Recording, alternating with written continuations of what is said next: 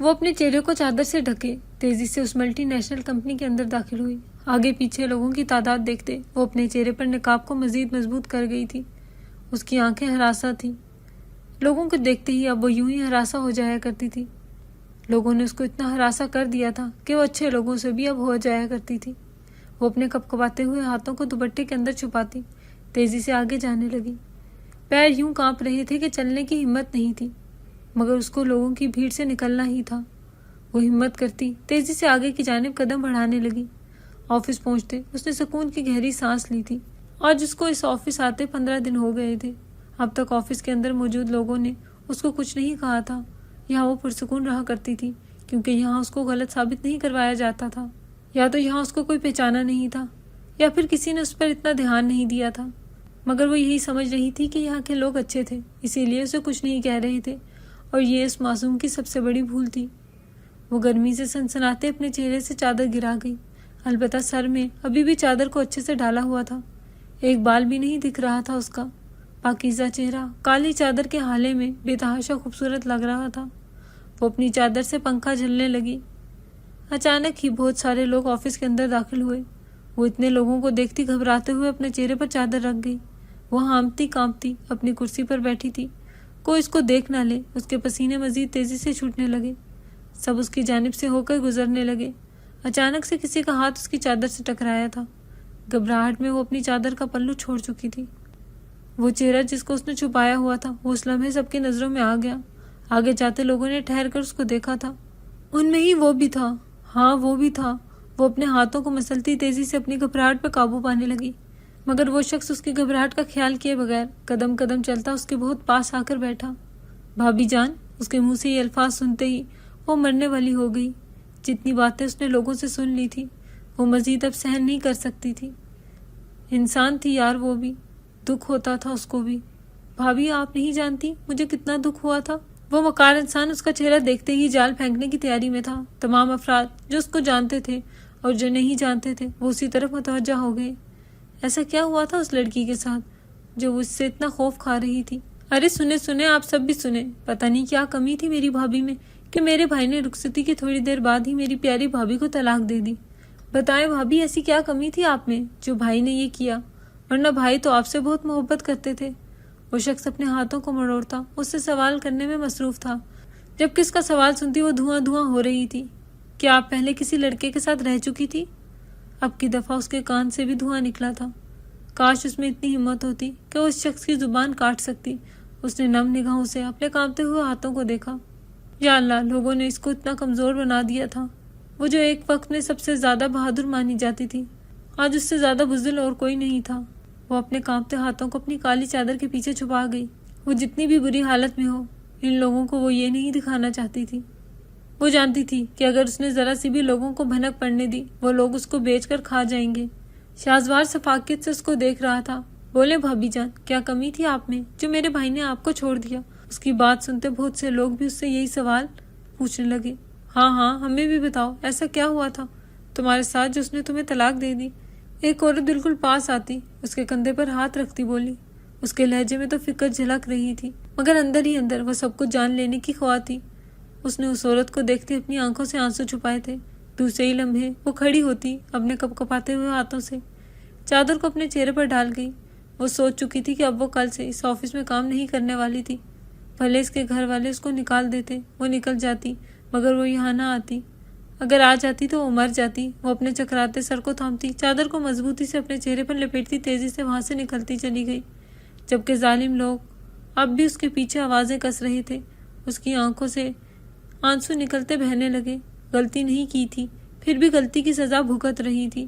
کیا اللہ نے انسانوں کو حق دیا تھا کہ کسی کے عیب یوں اچھالے؟ وہ دل ہی دل میں سوال کر رہی تھی، جس کا جواب اس کو ابھی بھی نہیں ملا تھا، نہ ملنا تھا۔ وہ اپنے پیروں کو گھسیٹتی اس راستے پر چل رہی تھی، آنکھوں سے آنسو نکلتے اس کی کالی چادر میں جذب ہو رہے تھے۔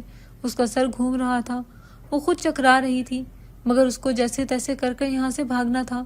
اپنے چہرے سے وہ اتنا ڈر گئی تھی کہ اس وقت اگر اس کا کوئی چہرہ دیکھ لیتا تو وہ پھر اس دن کا حوالہ دیتا جس دن کو وہ اپنی یادداشت سے بھی باہر کرنا چاہتی تھی۔ اس کی کوئی غلطی نہیں تھی، اس نے کچھ نہیں کیا تھا، وہ تو مظلوم تھی۔ اس کے ساتھ ظلم نہیں، بہت بڑا ظلم ہوا تھا۔ اس مرد نے اس سے شادی کرنے کے بعد وہ کیا تھا جو اس نے سوچا تک نہیں تھا۔ بھوک سے اس کی حالت خراب ہو گئی تھی۔ رات سے اس نے کچھ نہیں کھایا تھا، سوچا تھا کہ آفس آ کر کھائے گی، مگر آفس میں جو تماشا ہوا تھا اس کے بعد وہ کھانے کو تو بھول ہی گئی تھی۔ وہ اپنے گلے کو جکڑتی چلتے ہوئے اس فٹ پاتھ پر جا کر بیٹھ گئی۔ لوگ اس کو جاتے جاتے دیکھ رہے تھے۔ وہ اس بدحال حلیے میں وہاں بیٹھی ہوئی تھی کہ لوگوں کو افسوس آ رہا تھا، اس کو خود پر بھی افسوس آتا تھا۔ کیا تھی نہ وہ، کیا سے کیا بن گئی تھی۔ لوگوں نے اس پر رحم نہیں کھایا تھا، اس کی غلطی تھی یا نہیں، پھر بھی کسی نے اس پر رحم نہیں کھایا تھا۔ کیا لڑکیوں کے ساتھ واقعی معاشرے میں یہ سب ہوتا ہے؟ غلطی کسی کی بھی ہو، ہمیشہ لڑکیاں ہی سزا کیوں بھگتتی ہیں؟ وہ اپنے دل کو جکڑے خدا سے سوال کرنے لگی۔ اس کی آنکھوں میں بے حساب شکوے تھے۔ کیا کیا تھا اس نے ایسا جو اس کے ساتھ یہ سب ہوا تھا؟ وہ اپنے آنسوؤں کو صاف کرتی، اپنی آنکھوں کو موند گئی۔ بند آنکھوں کے پیچھے وہ منظر بڑی تیزی سے دوڑ رہا تھا جس کو وہ مر کر بھی نہیں سوچ سکتی تھی۔ نہ چاہتے ہوئے بھی وہ آج سے چند مہینوں پہلے ماضی میں جا چکی تھی، جہاں اس کو اتنا درد ملا تھا کہ درد دل کی گہرائیوں میں اتر گیا تھا۔ وہ اپنے مہندی لگے ہاتھوں کو تکتے مسکرا رہی تھی۔ مہندی کا رنگ اتنا خوبصورت آیا تھا کہ پوچھو ہی مت۔ بچپن کی بڑے بوڑھوں کی باتیں یاد آ گئی تھی۔ کیا کہتے تھے نا، جس کی مہندی کا رنگ سب سے زیادہ اچھا آئے اس کا شوہر اس سے بہت محبت کرتا ہوگا۔ سوچتے ہوئے اس کا چہرہ تیزی سے سرخ ہونے لگا۔ کیا واقعی اس کا شوہر اسے بہت چاہتا تھا؟ دل عجیب انداز میں دھڑکنے لگا۔ آج اس کی زندگی بدل جانی تھی۔ آج وہ اس شخص کی ہو جانی تھی جس شخص کے بارے میں اب وہ دن رات سوچا کرتی تھی۔ بچپن سے لے کر اب تک اس نے اپنے آپ کو صرف اور صرف اپنے شوہر کے لیے بچایا تھا۔ 18 سال کی عمر سے پہلے ہی اس کے رشتے آنا شروع ہو گئے تھے، مگر 18 سال کی عمر میں سہیل کا رشتہ آیا جو ایک اچھے گھر سے تھا اور ایک اچھا لڑکا بھی تھا۔ شکل و صورت میں بھی اچھا تھا اور کام کاج بھی اس کا اچھا تھا اور فیملی بیک گراؤنڈ بھی بالکل ٹھیک ٹھاک تھا۔ کچھ دن اچھی دیکھ بھال کرنے کے بعد سہیل کے لیے اس رشتے کو ہاں کر دیا گیا۔ رضامندی کے 15 دن بعد اس کی اور سہیل کی دھوم دھام سے منگنی ہو گئی۔ وہاں اس نے سہیل کو پہلی بار دیکھا تھا۔ سنجیدہ سا سہیل اس کو پسند آ گیا۔ ویسے بھی اس شخص کو پسند نہ کرتی تو پھر کس کو کرتی؟ یہی تو اس کا ہونے والا شوہر تھا۔ اسی کے لیے تو اس نے اب تک بچپن سے خود کو چھپا کر رکھا تھا۔ دل میں موجود ننھا دل اس شخص کے لیے دھڑکنے لگا۔ وہ جاگتی آنکھوں سے اس کے خواب دیکھنے لگی۔ کچھ بھی لیتی اس کا سوچ کر لیتی، کچھ بھی کرتی اس کا سوچ کر کرتی۔ غرض وہ بہت کم دنوں میں ہی اس کو چاہنے لگی تھی۔ چاہتی بھی کیوں نہ، چند ہی دنوں میں اس کی شادی ہونے والی تھی۔ دیکھتے ہی دیکھتے دن گزرتے چلے گئے۔ گھر والوں نے اس کو سہیل سے بات کرنے کی اجازت دے دی۔ ایک دن ہمت کر کے اس نے سہیل کو فون کیا، مگر سہیل کا اتنا روکھا لہجہ محسوس کرنے کے بعد وہ مایوس ہوتی فون کاٹ چکی تھی۔ شاید سہیل کو شادی سے پہلے بات چیت پسند نہ ہو۔ وہ اپنے دل کو طرح طرح کی تسلیاں دیتی خود کو پہلے کی طرح کر گئی۔ اب وہ جوش و خروش سے شادی کی تیاری میں مصروف تھی، ہر چیز میں بڑھ چڑھ کر حصہ لے رہی تھی۔ ماں باپ کی پسند کا شخص اس کی اپنی پسند بن گیا تھا۔ وہ خوش نہیں، بہت خوش تھی۔ خود کو ساتویں آسمان میں محسوس کرتی۔ اتنا پیارا، اتنا خوبصورت شخص اس کا تھا، اس کو یقین ہی نہ آتا۔ دیکھتے ہی دیکھتے دن گزرتے چلے گئے۔ اس کی شادی اب بہت قریب تھی۔ وہ تو جیسے جھوم رہی تھی وہ شخص اس کا ہو جائے گا، پھر وہ اس سے دن رات بات کرے گی، پیار کرے گی۔ سوچتی تھی تو بے تحاشا خوش ہو جاتی، مگر اس کا یہ خواب پورا ہونا بھی تھا یا نہیں یہ تو آگے ہی معلوم ہونے والا تھا۔ وقت پار لگا کر اڑ گیا۔ آج اس کی شادی کا دن تھا۔ صبح سے ہی وہ خوش بھی تھی تو ایموشنل بھی۔ بچپن سے لے کر اب تک جس گھر میں رہی تھی، آج وہ گھر اس کے لیے پرایا ہونے والا تھا۔ یہ اس کے لیے ایک بہت دکھ کی بات تھی، مگر آج کے بعد وہ جس گھر میں رہنے کے لیے جا رہی تھی وہ اس کے پسندیدہ شخص کا گھر تھا، وہ اس کا اپنا گھر تھا۔ یہ سوچ کر وہ خوش تھی۔ سب سے ملتی وہ پارلر آ گئی۔ رات کے 7 بجے کے ٹائم وہ مکمل طور پر دلہن بنے وہاں چلی گئی تھی جہاں آج اس کو اس شخص کا ہو جانا تھا۔ لڑکیوں نے لے جا کر اس کو برائڈل روم میں بٹھا دیا۔ جب تک بارات نہیں آ جانی تھی تب تک اس نے یہیں رہنا تھا۔ وہ وہاں بیٹھی اپنے ہاتھوں میں لگی مہندی کو دیکھتے بری طرح شرما رہی تھی۔ مہندی بتاتی تھی کہ اس کا شوہر واقعی اس سے بہت محبت کرتا تھا۔ ابھی وہ بیٹھی ہی تھی کہ تبھی بارات آنے کا شور اٹھا۔ دل اتنے زور زور سے دھڑک رہا تھا کہ پوچھو ہی مت۔ خوشی تھی تو رونا بھی آ رہا تھا۔ اس کی آنکھیں اس وقت آنسوں سے لبالب بھر گئی تھی۔ تقریباً 15 منٹ بعد اس کی بہنیں اس کو لے جانے کے لیے آ گئی۔ اف ماشاء اللہ، کتنی پیاری لگ رہی ہو تم حرین، آج تو دولہا بھائی بے ہوش ہی ہو جائیں گے۔ ان کی باتوں پر سرخ ہوتی ان کے ساتھ باہر کی جانب قدم بڑھا گئی۔ اس کی بہنوں نے اس کے سر پر گھونگھٹ ڈال دیا تھا۔ وہ اس وقت اس شخص کو نہیں دیکھ سکتی تھی جو اس کی کل کائنات بننے جا رہا تھا۔ اس کے لے جاتے اسٹیج پر بٹھایا گیا۔ تقریباً 5 منٹ بعد مولوی صاحب آتے ہی اس کے برابر بیٹھے تھے۔ اس وقت اس کی حالت دیکھنے والی تھی، یوں دل دھڑک رہا تھا جیسے پتہ نہیں کیا ہو گیا ہو۔ وہ قرآنی آیت کا ورد کرتی خود کو پینک ہونے سے روک رہی تھی۔ یہ وقت ہر لڑکی کی طرح اس کے لیے بھی بہت مشکل تھا۔ آج اس کے نام کے آگے اس کے باپ کا نام مٹ جانا تھا۔ دل عجیب سی گھٹن سے بھرا۔ مولوی صاحب کے الفاظ سنتی وہ سر جھکا کر 3 بار قبول ہے کہہ چکی تھی۔ باپ کا نام اس کے نام کے آگے سے ہٹ چکا تھا۔ دل ایک دم ہی پرسکون ہو گیا۔ وہی شخص اس کا ہو گیا تھا، وہ اس شخص کی ہو گئی تھی۔ بھلا اس سے بھی زیادہ کوئی سکون والی بات تھی؟ دوسری طرف سے بھی 3 بار قبول ہے کہا جا چکا تھا۔ ہر جانب سے اب مبارک سلامت کا شور گونج رہا تھا۔ وہ اپنے دھڑکتے ہوئے دل کو سنبھالتی بڑی مشکل سے وہاں پر بیٹھی ہوئی تھی۔ ایسا لگ رہا تھا دل دھڑک دھڑک کر قیامت کر دے گا۔ اس کا چہرہ حد سے زیادہ سرخ تھا۔ ابھی وہ بیٹھی ہی تھی کہ تبھی اس کے برابر اس کی کل کائنات یعنی اس کا شوہر کو لا کر بٹھایا گیا۔ سہیل لڑکیوں کے کہنے پر اس کے سر سے گھونگھٹ الٹ گیا۔ اس کا چہرہ دیکھتے اس کے لبوں پر مسکراہٹ آئی تھی۔ اس کی مسکراہٹ دیکھ کر حورین کا دل سکڑ کر دھڑکا تھا۔ کتنا پیارا مسکراتا تھا نا وہ شخص۔ وہ مکمل طور پر اس کے عشق میں پاگل ہو گئی۔ تقریباً 2 گھنٹے بعد رخصتی کو عمل میں لایا گیا۔ وہ جو اس وقت بے حد خوش تھی، پتہ نہیں کیوں رخصتی کے ٹائم پر پھوٹ پھوٹ کے رو دی۔ پتہ نہیں کیوں دل بار بار کسی انہونی کا احساس دلا رہا تھا۔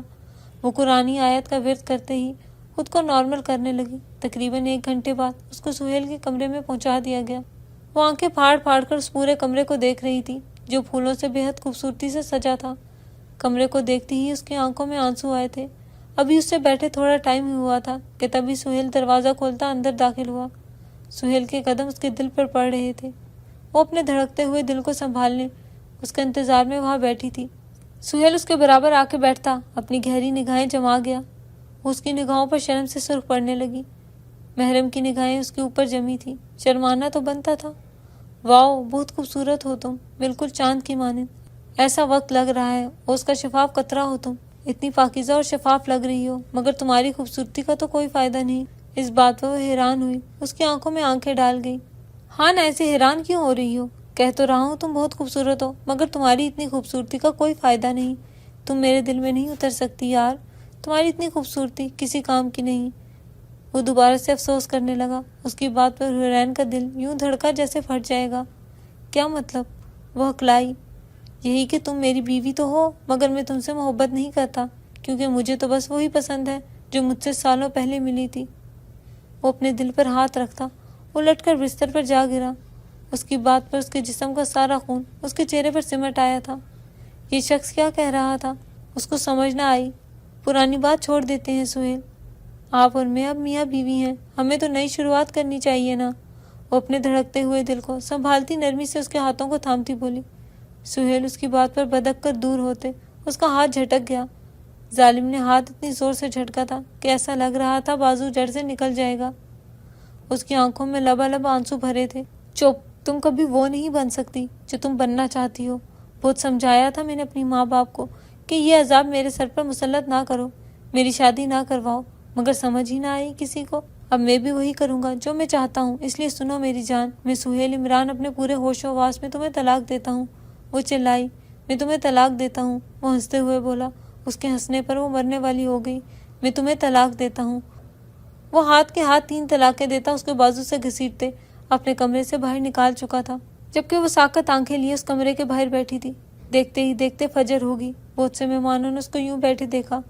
پوچھنے پر معلوم ہوا کہ اس کو طلاق ہو چکی تھی۔ وہ ہمدردی بھری نگاہوں سے سب کو دیکھتی رہ گئی، مگر کسی نے اس سے ہمدردی نہ کی، بلکہ اس کے ساتھ جو ہوا وہ لفظوں میں بتانے کے قابل نہ تھا۔ ہر کسی نے اس کو ہی گنہگار ٹھہرایا تھا۔ اس نے کچھ کیا ہوگا، تبھی تو شادی کی پہلی رات طلاق ہوئی۔ ہو سکتا ہے اس کے پہلے کسی لڑکے کے ساتھ روابط ہوں، اسی لیے شاید سہیل نے اس کو طلاق دی۔ وہ اپنے کانوں پر ہاتھ رکھ گئی۔ لوگوں کے جملے اس کا دل چیر پھاڑ رہے تھے۔ کسی نے اس سے آ کر پوچھنے کی ضرورت محسوس نہیں کی تھی کہ ایسا کیا ہوا تھا جو اس شخص نے اس کو طلاق دے دی۔ سب اپنے اپنے اندازوں میں مصروف تھے اور ایسے ایسے اندازے لگا رہے تھے، سن کر اس کا دل خون کے آنسو رو رہا تھا۔ ارے مجھے تو ایسا لگ رہا ہے کہ اس لڑکی کے پہلے کسی کے ساتھ گندے روابط ہوں گے، تبھی تو ہمارے سہیل نے اس کو طلاق دے دی، نہیں تو کتنا خوش تھا نا وہ۔ بھائی آج کل کی لڑکیوں کا بھی کوئی دین ایمان نہیں ہے، ہر جگہ گندگی پھیلا رکھی ہے لڑکیوں نے۔ وہ اپنے کانوں پر ہاتھ رکھ اپنا لہنگا سنبھالتے راتوں رات اس گھر سے نکل گئی۔ اگر وہ اس گھر میں مزید رہتی تو اس کا دل پھٹ جاتا۔ اس کو اندازہ ہو گیا، جیسے تیسے کر کے وہ رات کے اندھیرے میں ہی گھر پہنچی۔ اس کے گھر والے اس کو اتنی رات دیکھ حیران و پریشان رہ گئے۔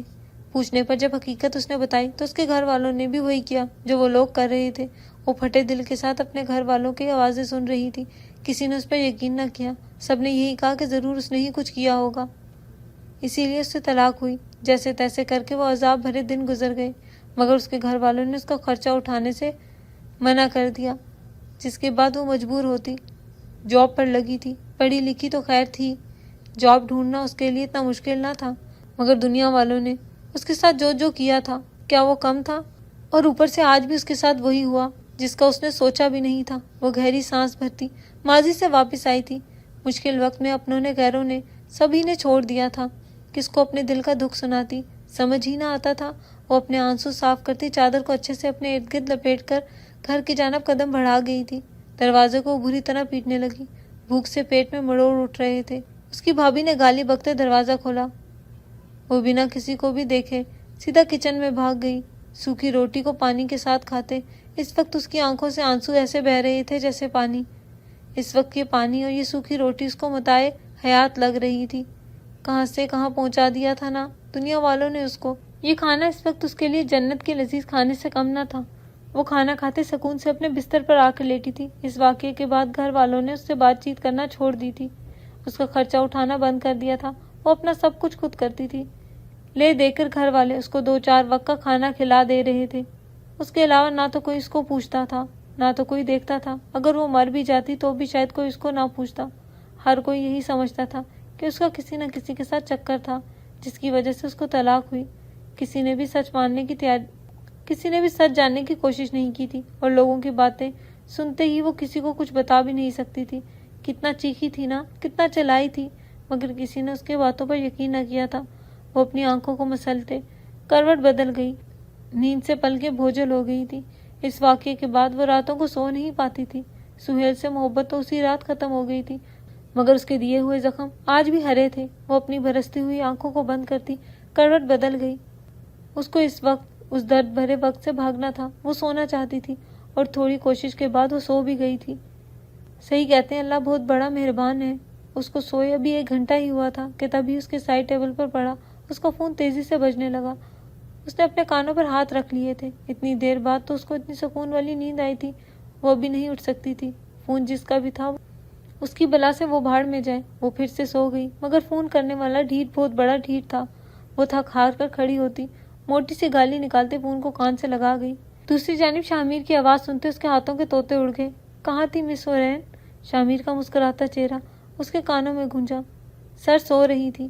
اگر آپ یہ آفس چھوڑنے کا سوچ رہی ہیں تو میں آپ کی غلط فہمی دور کیے دیتا ہوں۔ آج یہاں جو بھی ہوا میں اچھے سے جانتا ہوں، مگر آپ چاہے کچھ بھی ہو جائے یہ آفس نہیں چھوڑ سکتی۔ اسی لیے صبح 8 بجے آپ مجھے سب سے پہلے یہاں چاہیے، ورنہ جو میں آپ کے ساتھ کروں گا وہ آپ کی سوچ ہے، اور اس کو میری دھمکی مت سمجھیے گا مس حورین، کیونکہ شامیر پاشا کسی کو دھمکی نہیں دیتا، سیدھا کر کے دکھاتا ہے۔ وہ ہنستے ہوئے فون کاٹ گیا، جبکہ وہ ہونک کی طرح فون کو دیکھتی ابھی تک یہی سوچ رہی تھی کہ اس شیطان کے چیلے کو پتہ کیسے چلا کہ وہ کمپنی چھوڑنے والی تھی۔ دوسرے ہی لمحے وہ گہری سانس بھرتے فون کو بستر پر پھینک گئی۔ کون سا اس کے ساتھ کچھ اچھا ہوتا تھا جو وہ وہاں نہیں جاتی؟ اچھی خاصی سیلری مل رہی تھی، وہ جانے کا ارادہ کر چکی تھی۔ وہ فون رکھ کر دوبارہ سو چکی تھی۔ اس وقت اس کا دماغ کام کر ہی نہیں رہا تھا۔ ایسا لگ رہا تھا کہ جیسے سب کچھ فلم کی مانند چل رہا ہو۔ چاہتے ہوئے بھی اس کا دماغ اب کام نہیں کرتا تھا۔ دنیا نے اس کے ساتھ وہ کیا تھا جو اس نے سوچا بھی نہیں تھا۔ آج اسے بے حد پرسکون نیند آ رہی تھی، اسی لیے وہ شامیر پاشا کا فون اگنور کرتی دوبارہ سو گئی۔ ویسے تو وہ ارادہ کر چکی تھی کہ آفس جائے گی، مگر اس کی نیند اب بھی نہیں ٹوٹی تھی۔ صبح کے 8 بج گئے تھے اور وہ تقریباً صبح کے 8:30 بجے آفس پہنچ جایا کرتی تھی، مگر ابھی نیند کی وجہ سے وہ اب تک گھر میں ہی تھی۔ دوسری جانب شامیر پاشا بے چینی سے اپنی پاور چیئر پر گھومنے لگا۔ اگر وہ نہیں آتی تو وہ واقعی تباہی لانے والا تھا، یہ تو طے تھا۔ وہ اپنے فون کو اٹھاتا، اس کا نمبر ملاتا، فون کو کان سے لگا گیا۔ وہ جو اب تک گہری نیند سو رہی تھی، بالکل کان کے برابر پڑے فون کی بیپوں سے چونک کر اٹھی۔ شامیر شاہ کا نمبر دیکھتے ہی اس کے لب بھینچے تھے۔ پہلے ہی رات میں نیند خراب کر چکا تھا، دوبارہ سے نیند خراب کر دی تو وہ بڑبڑاتے ہوئے فون کو اٹھاتے کان سے لگا گئی تھی۔ میڈم جی، لگ رہا ہے آپ نے ٹائم نہیں دیکھا۔ میں نے کہا تھا آج کسی بھی حال میں آپ مجھے آفس میں چاہیے۔ اگر آپ نہیں آئی تو پھر میں بتاؤں گا آپ کے گھر آ کر کہ میں کیا کیا کر سکتا ہوں، اور جس مقام پر آپ کھڑی ہیں میں جانتا ہوں کہ مزید ضلالت آپ افورڈ نہیں کر سکتی، اسی لیے ٹھیک آدھے گھنٹے بعد میرے آفس میں مجھے ملے۔ اگر اور لیٹ ہوئی تو پھر نتائج کی ذمہ دار آپ خود ہوں گی، وہ دھیمے لہجے میں کہتا فون کاٹ چکا تھا۔ حورین فون کو ہاتھ میں لیے نہ جانے کتنی دیر بیٹھی رہی۔ اس کی دھمکی یاد آتے ہی وہ جھٹکے سے اٹھ کھڑی ہوئی۔ جتنا کچھ اس کے ساتھ ہو چکا تھا وہ مزید برداشت نہیں کر سکتی تھی۔ اگلے 15 منٹ میں وہ مکمل تیار رکشے میں بیٹھی ہوئی تھی۔ پتہ نہیں اس کا کھڑوس باس اس کو کیوں بلا رہا تھا، وہ نہیں جانتی تھی، مگر دل کوئی اچھی خبر نہیں دے رہا تھا۔ دل ابھی سے ہی کسی انہونی کا احساس سے دھڑکنے لگا۔ تقریباً آدھے گھنٹے بعد وہ آفس میں موجود تھی۔ اپنے چہرے کو بلیک چادر سے چھپائے وہ تیزی سے اپنی چیئر پر آ کر بیٹھی تھی۔ ابھی اسے بیٹھے 15 منٹ ہی ہوئے تھے کہ تبھی مینیجر اس تک آیا۔ مس حورین، آپ کو سر نے بلایا ہے۔ ٹھیک 2 منٹ میں وہاں پہنچے، ورنہ آپ کے ساتھ میری جاب کو بھی خطرہ ہے۔ مینیجر کے لہجے میں مجبوری تھی، وہ اس کو دیکھتی چپ چاپ کھڑی ہوتی تیزی سے آفس کی جانب چلی گئی۔ سر آپ نے مجھے بلایا؟ وہ اپنے ہاتھوں کو مسلتی شامیر کو دیکھتے ہوئے بولی۔ شامیر اس کو اپنے سامنے کھڑا دیکھتے ہی مسکرایا تھا۔ سر آپ نے مجھے کیوں بلایا ہے، بتائیں تو؟ مس حورین، میں نے سنا ہے آپ کی شادی کی پہلی رات آپ کو طلاق ہو گئی تھی، وہ اپنے ہاتھوں کو بھینچتا مسکراتے ہوئے بولا۔ اس کے منہ سے یہ سب سنتے ہوئے بری طرح سرخ ہوئی تھی۔ اب وہ یہ سب اور مزید برداشت نہیں کر سکتی تھی۔ میں جانتا ہوں مس حورین کہ یہ سب آپ مزید برداشت نہیں کر سکتی، اسی لیے میں آپ کے لیے ایک حل لے کر آیا ہوں۔ اس کی بات پر ناسمجھی سے اس کو دیکھنے لگی۔ دنیا نے پہلے ہی تمہیں بہت ذلیل کر دیا ہے، میں نہیں چاہتا کہ مزید تم ذلیل ہو، اسی لیے تمہارے پاس ایک راستہ ہے۔ تم چاہو تو میری بیوی بن کر رہ سکتی ہو، مگر بغیر نکاح۔ اس کی گھوری پر وہ کھانستا ہوا اپنی کرسی پر سیدھا ہوا۔ میرا مطلب ہے کہ نکاح کر کر۔ اس کی بات پر جھٹکے سے کھڑی ہوئی۔ مرد ذات پر اب وہ یقین نہیں کر سکتی تھی۔ اس کو نفرت تھی ان مردوں سے جو اپنی محبت کے لیے کسی کی زندگی اجاڑ دیتے تھے تو کسی کی بنا دیتے تھے۔ آئندہ یہ بات مت کہنا، آج تو کہہ دی، آئندہ نہیں کہنا، اور آج کے بعد میں دوبارہ یہاں نہیں آؤں گی۔ وہ اس کو انگلی سے وارن کرتے تیزی سے باہر نکلنے لگی، مگر اس کے باہر نکلنے سے پہلے ہی شامیر اس کی کلائی تھام چکا تھا۔ کہا تھا نا آرام سے میری بات مان لینا، نہیں تو نتائج کی ذمہ دار تم خود ہوگی۔ اب دیکھو میں تمہارے ساتھ کیا کرتا ہوں۔ وہ اس کو تیزی سے گھسیٹتے گاڑی تک لاتا، گاڑی کے اندر پھینک گیا۔ حورین چلاتے ہوئے گاڑی سے اترنے لگی۔ وہ تیزی سے گاڑی کے اندر بیٹھتا، ریوالور اس کی کنپٹی پر رکھ چکا تھا۔ یا تو زندگی یا پھر موت، تمہارے ہاتھ میں ہی یہ دونوں چیزیں، یا تو مجھ سے نکاح کر کے زندگی چن لو، یا پھر یہ گولی کھا کر سیدھا قبر میں بس جاؤ۔ وہ ہراساں ہوتی اس کی آنکھوں میں آنکھیں ڈال گئی۔ گڈ گرل، میری جان، نکاح کے بعد تم ضرور خوش رہو گی۔ وہ اپنا ریوالور سائڈ پر کرتے گاڑی کو تیزی سے مسجد کی جانب ڈال گیا، جبکہ حورین بری طرح روتے اس شخص کو دل ہی دل میں بدعائیں دینے لگی۔ وہ یہ نکاح نہیں چاہتی تھی۔ پہلے اس کے ساتھ کون سا اچھا ہوا تھا جو اب اچھا ہوتا، مگر شاید اب کی دفعہ اللہ اس کے ساتھ بہتر کرنے والا تھا۔ 3 بار قبول ہے کہتی وہ اپنے سامنے بیٹھے درندے کو اپنے نکاح میں قبول کر چکی تھی، اس کو اپنے سارے حقوق سونپ چکی تھی۔ اس کو معلوم تھا کہ اس دفعہ بھی اس کے ساتھ پہلے جیسا ہی ہوگا، مگر افسوس وہ غلط تھی۔ یہ اس کی خوش نصیبی تھی اور وہ اس کی بد نصیبی تھی۔ آج اللہ نے اس کو وہ سب لوٹا دینا تھا جو ایک وقت سے اس سے چھنا ہوا تھا۔ شامیر پاشا بھی 3 بار قبول ہے کہتا اس کو اپنی زوجیت میں لے چکا تھا۔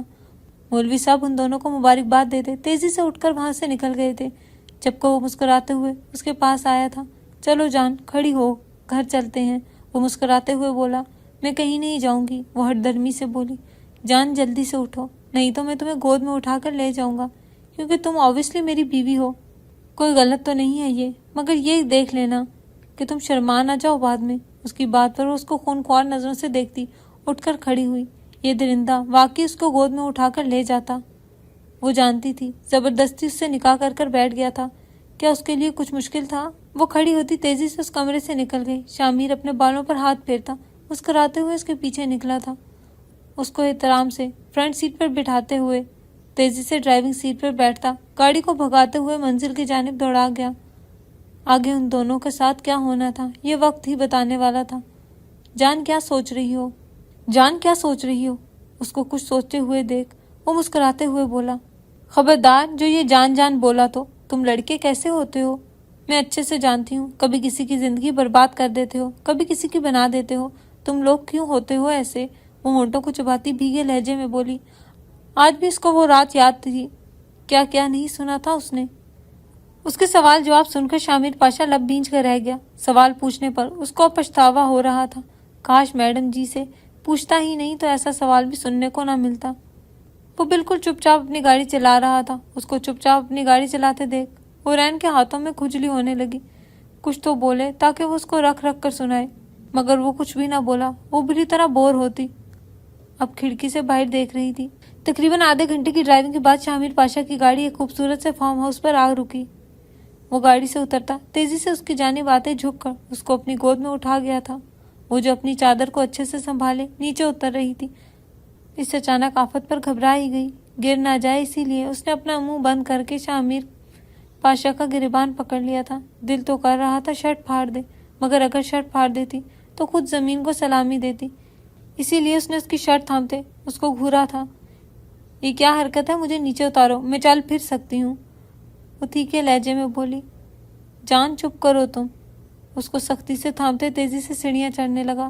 وہ کلمہ پڑھتے اس کا کالر مضبوطی سے تھام گئی تھی۔ اوپر جا کر وہ اس درندے کو سیدھا کرنے والی تھی، مگر اس وقت اس کو کوئی مذاق نہیں کرنا تھا۔ شامیر اس کو لیے کمرے کے اندر داخل ہوا، اس کو نرمی سے نیچے اتار گیا۔ کمرہ مکمل طور پر اندھیرا اندھیرا ہو رہا تھا۔ اس نے اپنی آنکھوں پر ہاتھ رکھتے آنکھوں کو اچھے سے مسلا۔ دوپہر کا ٹائم ہو رہا تھا، پھر بھی اتنا اندھیرا اس کو سمجھ نہ آئی۔ شامیر لائٹ تو جلائے، مجھے کچھ نظر نہیں آ رہا۔ جان رک جاؤ یار، ہر چیز میں تمہیں اتنی جلدی کیوں ہوتی ہے؟ شامیر کی جھنجھلاتی ہوئی آواز اس کو محسوس ہوئی۔ وہ خاموش ہوتی یہاں سے وہاں دیکھنے لگی۔ اچانک ہی لائٹ آئی تھی۔ وہ جو پہلے 5 منٹ اس گھوپ اندھیرے میں کھڑی تھی، اچانک آنے والی لائٹ پر وہ تیزی سے اپنی آنکھوں پر ہاتھ رکھ گئی۔ چند لمحوں بعد اس نے اپنی آنکھوں سے ہاتھ ہٹایا تھا، مگر اپنے سامنے کا منظر دیکھتی وہ بے یقین رہ گئی۔ اس کمرے کو دیکھتی اس کی آنکھیں گلاب کی مانند سرخ ہوئی تھی۔ کمرہ گلاب کی پتیوں سے سجائے خوبصورت منظر پیش کر رہا تھا۔ ہر جگہ گلاب کی پتیوں اور موم بتیوں کو جلا کر ایک خوبصورت سا خوابناک منظر بنا رکھا تھا۔ وہ بے یقین سی ہوتی سب چیزوں کو دیکھ رہی تھی۔ دوسرے ہی لمحے اس نے مڑتے شامیر کو دیکھا جو اس کو ہی دیکھ رہا تھا۔ دوسرے ہی لمحے وہ چلتا چلتا اس کے پاس آتا، اس کا ہاتھ تھامتے اس چھوٹے سے کمرے میں داخل ہوا۔ اس کمرے کے اندر داخل ہوتے ہوتے وہ گرتے گرتے بچی تھی۔ ہر جگہ اس کی تصویریں لگی تھی، کہیں وہ ہنس رہی تھی، کہیں وہ رو رہی تھی، کہیں وہ کسی سے بات کر رہی تھی، کہیں وہ اپنے بالوں کو سنبھال رہی تھی۔ اتنی تصویریں تو اس نے زندگی میں نہیں لی تھی، پھر اتنی تصویریں اس کے پاس آئی کیسے؟ شامیر اس کو حیران دیکھتے قدم قدم چلتا اس کے پاس آیا۔ حیران ہو کے اتنی تصویریں میرے پاس کیسے آئیں؟ اس کی بات پر اس کی جانب مڑتی اس کا چہرہ دیکھنے لگی۔ بہت چاہتا ہوں میں تمہیں، اب سے نہیں ایک عرصے سے۔ جب تم اچھی لگی تمہاری تصویر لے لی، فوٹوگرافر جو تھا، مگر جب تمہارے گھر گیا تمہارا رشتہ لے کر، تب پتہ چلا کہ تمہاری شادی تو کسی اور سے ہونے والی ہے۔ اس دن سے میں نے یہ فوٹوگرافی چھوڑ دی اور اپنے بابا کا بزنس سنبھال لیا، مگر مجھے نہیں معلوم تھا کہ اللہ میری محبت کو مجھ سے ایسے ملا دے گا۔ تم میری جان ہو حورین، اب سے نہیں ایک عرصے سے تمہیں چاہ ہے۔ تمہیں دھمکایا اس لیے کیونکہ تم مجھ سے شادی نہیں کرتی، کیونکہ واقعی جو تمہارے ساتھ ہوا تھا وہ جو کسی کے ساتھ بھی ہوتا وہ ایسا ہی کرتا، بس اتنا ہی دھمکانا تھا تمہیں، باقی بھلا اب میں کہاں تمہیں دھمکا سکتا ہوں؟ میں تو تمہاری محبت میں پاگل تمہارا عاشق ہوں، اب چاہے تم مجھے اپنا لو یا دھتکار دو، یہ میں تم پر چھوڑتا ہوں۔ وہ اس کے قریب آتا اس کے کندھے پر اپنا سر رکھ گیا۔ اس کی اس حرکت پر حورین کا چہرہ خون چھلکانے لگا۔ وہ شخص اپنے منہ سے وہ ساری باتیں کہہ کر اس کے دل میں موجود ساری نفرت کو پگھلا چکا تھا۔ بہت چھوٹی سی تھی، جبکہ تصویریں بھی اس مرد کے پاس تھیں، مطلب وہ جھوٹ نہیں کہہ رہا تھا۔ اس کو محبت پر یقین آنے لگا۔ پچھلے کچھ مہینوں میں لوگوں نے جو اس کا یقین محبت سے اٹھا دیا تھا وہ پھر سے بننے لگا۔ اس کی آنکھوں میں آنسو آنے لگے۔ وہ گہری گہری سانسیں لیتی اپنا ہاتھ شامیر کے کندھوں پر رکھ گئی۔ شامیر چونکتا ہوا کھڑا ہوا۔ ہے جان، کیا مجھے اپنا لیا ہے؟ وہ اس کا کندھا تھامے آس بھرے لہجے میں بولا۔ اس کی بات پر اس نے کوئی جواب نہ دیا۔ دیکھو، اگر تم وقت لینا چاہتی ہو تو میں تمہیں وقت دینے کے لیے بھی تیار ہوں۔ اس سے پہلے کہ وہ اور کچھ کہتا وہ اس کے منہ پر ہاتھ رکھ گئی۔ دوسرے ہی لمحے اس کے سینے پر اپنا سر ٹکا گئی۔ میں کوئی وقت نہیں چاہتی شامیر، دنیا نے میرے ساتھ پہلے ہی بہت کچھ غلط کیا ہے۔ میں اب سب اچھا چاہتی ہوں۔ میں دیکھنا چاہتی ہوں کہ محبت کیا ہوتی ہے۔ میں تمہارے ساتھ اچھی زندگی جینا چاہتی ہوں شامیر۔ اس کی بات پر شامیر مسکراتے ہوئے اس کو اپنے سینے میں بھینچ گیا۔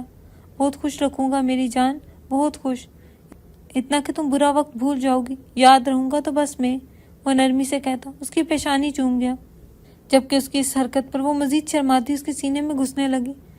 اس کی اس حرکت پر شامیر کا قہقہ کمرے میں گونجنے لگا تھا۔ وقت کہتا تھا کہ ان دونوں کو اب ایک ساتھ بہت سا خوش رہنا تھا۔